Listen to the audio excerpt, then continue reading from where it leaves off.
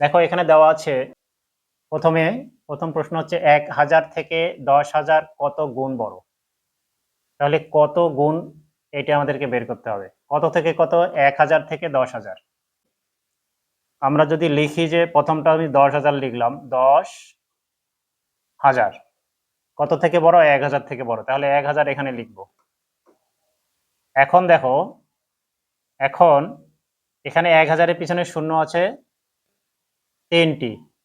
10,000 থেকে আমরা 3টি শূন্য যদি বাদ দেই, তাহলে এখানে কত থাকতেছে? 10, অর্থাৎ এখানে 10 গুণ বড়।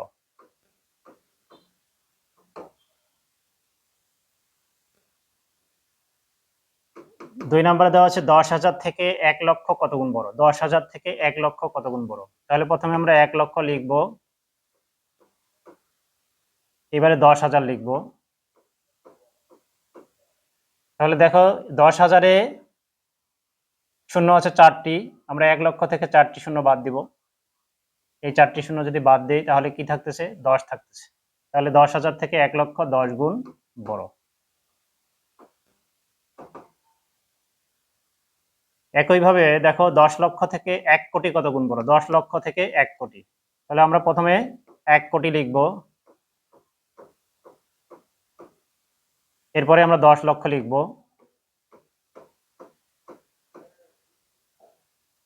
আচ্ছা, তাহলে দেখি একক, দশক, শতক, হাজার, অযুত, লক্ষ। 10 লক্ষ, একক, দশক, শতক, হাজার, অযুত, লক্ষ, নিযুত, কোটি।